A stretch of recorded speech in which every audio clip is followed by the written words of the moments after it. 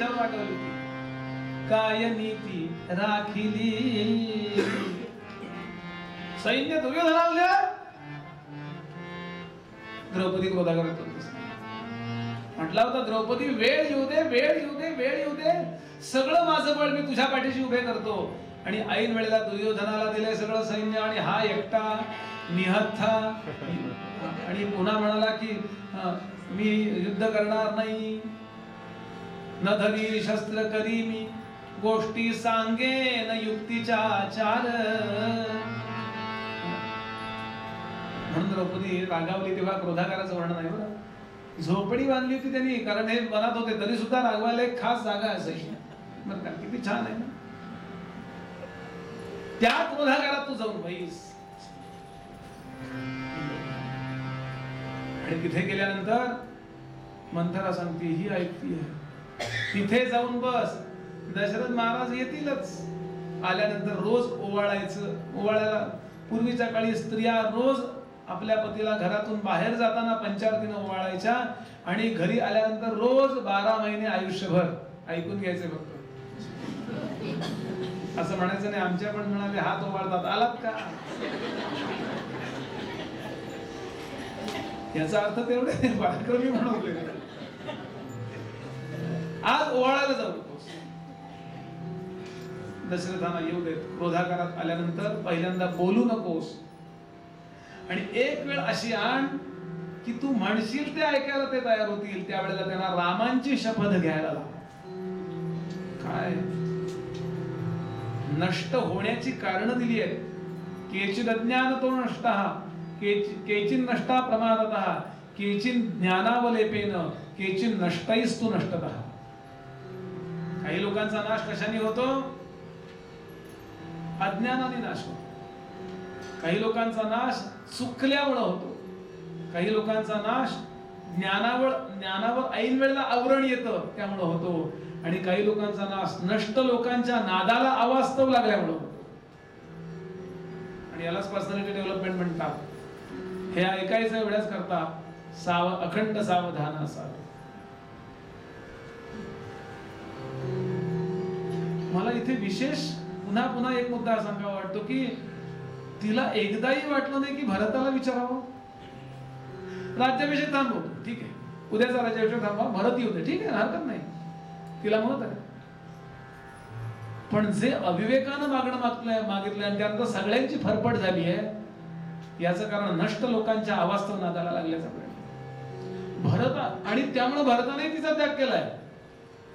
बाकी कोणी भरताला ओळखू शकला नाही, समजू शकतो आपल्याला, पण आईनं तरी ओळखावं. भरत हे मान्य करणार नाही हाही विवेक तिला स्वार्थापोटी राहिला नाही. स्वार्थ नावाची गोष्ट एकदा बुद्धीत शिरली की विवेक कसा संपतो. आणि मग तू सगळे दागिने टाकून असे खूप रागवलीस, असं रडण्याचं नाटक कर आणि रामांची शपथ घ्यायला लाव. आणि रामांची शपथ घेतल्याबरोबर पहिली गोष्ट माग, उद्या होणारा राज्याभिषेक रद्द करा आणि तो माझ्या मुलाला भरताला करा. पहिला मुद्दा. आणि दुसरा, नवपंचच वर्षाणी रामो भवतु तापसः. 14 वर्ष रामाला वनात जाऊ दे. काही काही इतकी संतापली आहे. काय बोलतेस तू? माझ्या रामानं काय चूक केली आहे? भरताला सिंहासन मिळावं मान्य आहे, पण रामानं काय चूक केली आहे? त्या कोवळ्या बाळाला माझ्या वनात जायला तू सांगतेस? काय बोलतेस? रागावली. मंथरा सांगते, म्हणून म्हणते तू भोळी ग भोळी. जर रामांना तू इथेच ठेवलंस आणि भरतांना राज्य दिलंस तर रोज समोर कोण दिसत राहील प्रजेला? राम दिसत राहतील. आणि लोकांना असं वाटेल, अरे अरे याच्यावर अन्याय झाला हो. सहानुभूती कुणाला मिळेल. आणि अशा वेळेला सगळी प्रजा, सैनिक राम बंड करतील आणि तुझ्या मुलाला मृत्यूचं भक्ष व्हावं लागेल. आणि त्याला तू कारणीभूत असेल. काहीतरी बोलू नकोस कोबडे, राम असं कधी करणार नाही. राम नाही करणार ग, पण तो लक्ष्मण. तिचं म्हणणं बरोबर आहे. त्याच दिवशी लक्ष्मण म्हणत होता, राम आविण राज्यपती कोण वैसतो, घेऊन या खड्ग करी मीच पाहतो. राम काय जन्मला भोगण्याचा आपला लक्ष्मण आहे. आणि काही वेळेला ते मान्य करावं लागलं. आणि बघ म्हणाले, आज बघ आज माझी कमाल कर.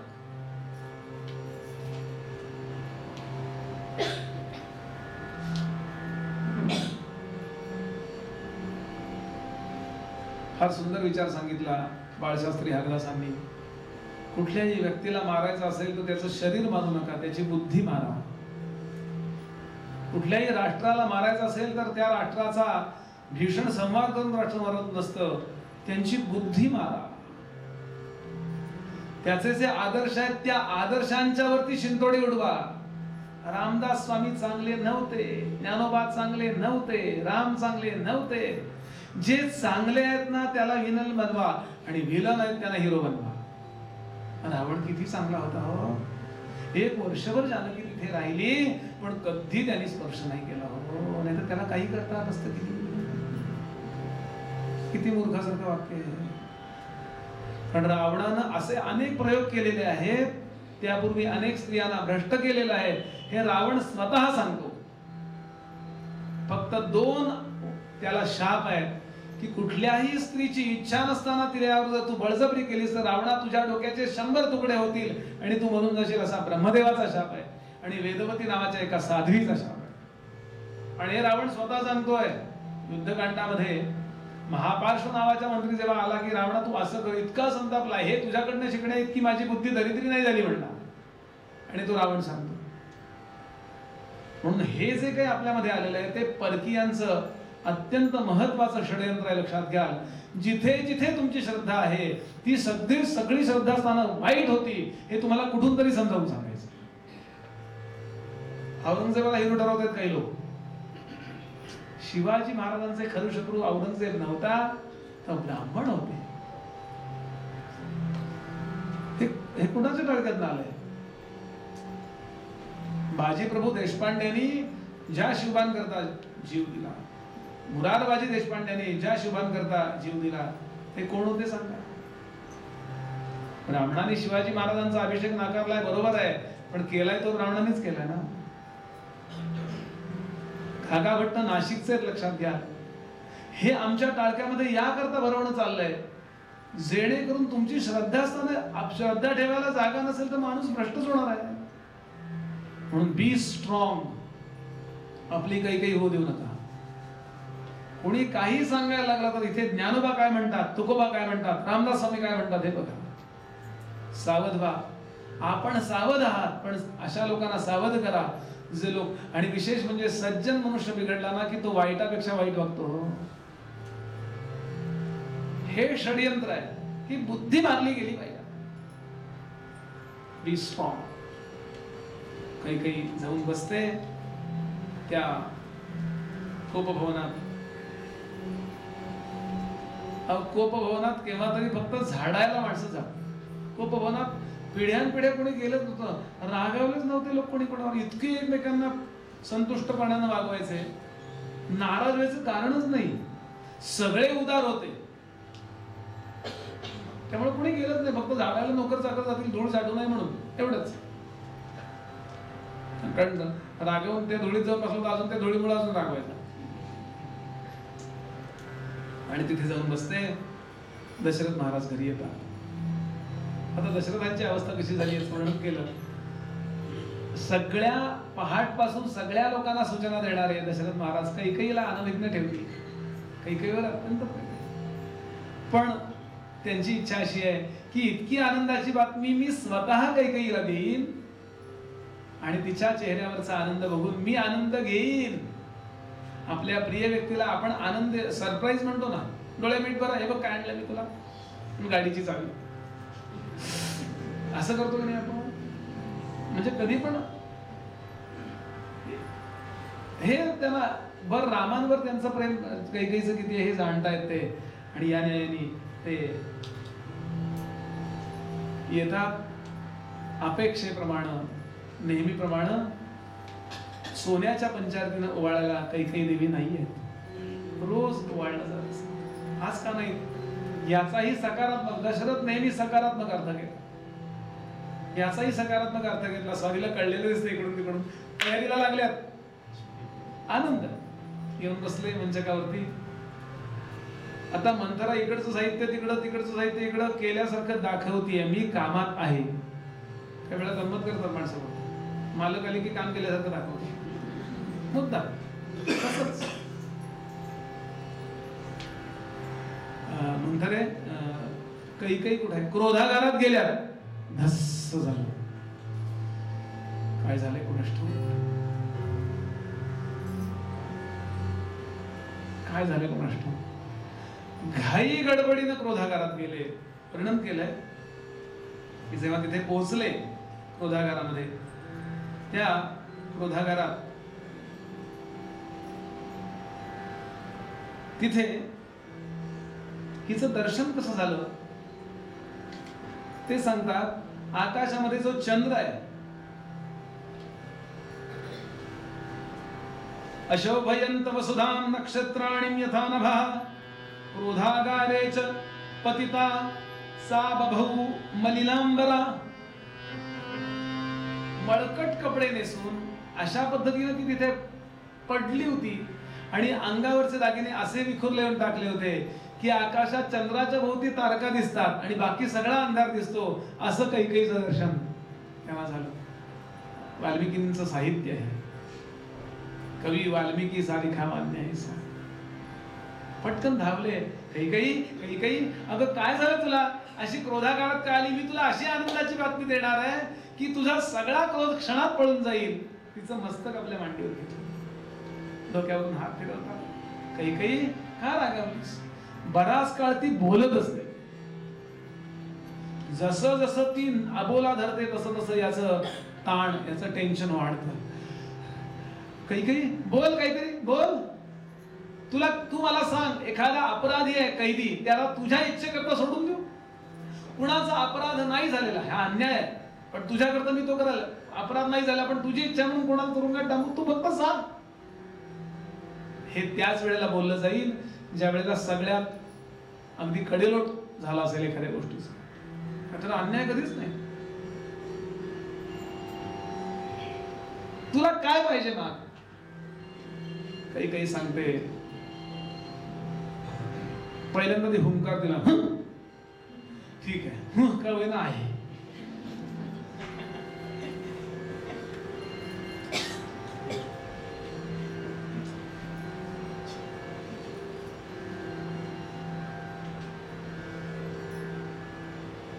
तुम्ही मला हे देईन ते देईन अमुक देईन म्हणता. अहो, ज्या वेळेला मोठं युद्ध झालं आणि त्या युद्धामध्ये मी 2 वर मागून घेतलेले होते, ते वर अजून कुठं दिले, बाकीचं काय तुम्ही देणार? अगं 2 काय 200 वर देतो मी तुला, अगदी निश्चित देतो. 200 नको, तेच 2 वर पाहिजे. दिले. अजून काय पाहिजे सांग, ते 2 वर काय पाहिजे ते माग. तसं नको, शपथ घ्या. कुणाची घेऊ? तुमचं सगळ्यात कुणावर प्रेम आहे त्याची, मग मला तुझीच शपथ घ्यायला लागेल. खरं सांगा, तुमचं माझ्यापेक्षा कोणावर जास्त प्रेम आहे? खरंच तुझ्यावर जास्त प्रेम आहे, सगळ्यात जास्त तुझ्यावर प्रेम आहे. रामांवर हो, काही काकणभर जास्त प्रेम रामांवर आहे, पण त्यांच्या खालोखाल माझं प्रेम तुझ्यावर आहे, हे तूही जाणतेस. मग ज्याच्यावर अत्यंत प्रेम आहे त्या रामांच्या प्राणांची शपथ घेऊन मला सांगा, मी जे 2 वर मागेन ते मी देईन. सांगा, बोला. ठीक आहे, रामांच्या प्राणांची शपथ घेऊन मी तुला सांगतो की तू जे 2 वर मागशील ते मी देईन, पण मला ते 2 वर असे इथे क्रोधागारात मागू नकोस. नेहमीप्रमाणे तू जसं सुस्नात होऊन सुंदर शृंगार करून माझ्या जवळ येतेस, लाडीपणानं माझ्याशी बोलतेस, तसं माझ्याशी बोल, मग मी तुला ते 2 वर. जा बरं. कशी? काही उठते, सगळे दागिने गोळा करते, भरा स्नानाला जाते. दशरथ महाराज मुख्य दालनामध्ये येऊन बसतात. राग तर गेला आणि स्नान इत्यादी करून सुंदर शृंगार करून इतकी सुंदर दिसत होती. काही वर्णन केलं त्यांनी की जणू आकाशातलं नक्षत्र असावं. पण मनात अत्यंत विकृत असे 2 अपेक्षा. वर शेक्सपियरचं वाक्य आहे, beautiful apple rotor at the heart. सुंदर सफरचंद पण बरोबर मध्ये खूप किडलेलं. कीड बाहेरून दिसत नाही, फक्त सौंदर्य बाहेरनं दिसतं. या पद्धतीनं काही येते आणि जवळ बसते. सांग सांग लवकर सांग, काय तुला 2 वर देऊ, अजून तुला वर द्यायला तयार आहे. पहिला वर, उद्याचा राज्याभिषेक थांबवा आणि तो राज्याभिषेक भरताला गे द्या सिंहासन. भरताला गे द्या सिंहासन, रामाला वनवास नाथा. मोडू नका वचनास, मोडू नका वचनास नाथा, मोडू नका. त्यातला पहिला वर दिल्यानंतर काय अवस्था झाली विचार करा थोडासा. उद्याचा राज्याभिषेक थांबवा आणि माझा भरत मातुलाहून परत बोलवून तो राज्याभिषेक, यौव राज्याभिषेक आधी नंतर राज्याभिषेक भरताला करा. हे ऐकलं आणि दशरथ तिच्याकडे बघायला लागला. वाल्मिकी वर्णन करतात, दशरथ विचार करतो कैकेयी बहुतेक विनोद करते. हा विनोद चाललाय, विनोद करतेस कैकेयी? विनोद नाही करत आहे मी, हे मी खरं बोलतेय. कैकेयी राजसभेत जे वचन दिलंय ते मला माझी पत्नी असं म्हणते, या कारणाने बदलता येणार नाही. मग रामांच्या प्राणांची शपथ का घेतली? पण एखाद्याची पत्नी घरी काय म्हणते याचा संसदेत काही अर्थ नसतो.